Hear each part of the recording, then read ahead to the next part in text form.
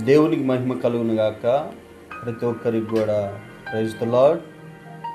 ఈరోజు మంచి మాట బైబిల్ గ్రంథంలో మత్తయి సువార్త 5వ అధ్యాయము 8వ వచనంలో యేసుక్రీస్తు ప్రభులు వారు తన కొండ మీద ప్రసంగంలో తన ప్రజలను ఉద్దేశించి మంచి మాట చెబుతా ఉన్నాడు. హృదయ శుద్ధి గలవారు ధన్యులు, వారు దేవుని చూసేదరనే మాట మనం చూస్తూ ఉన్నాము. నిజమే కదా, ప్రతి హృదయము కూడా శుద్ధీకరించబడాలి, పరిశుద్ధపరచబడాలి.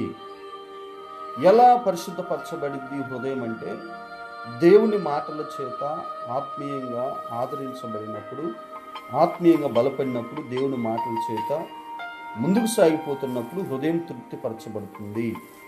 ప్రతి ఒక్కరు హృదయం కూడా తృప్తిపరచబడాలంటే హృదయం శుద్ధీకరించబడాలి. ఆమె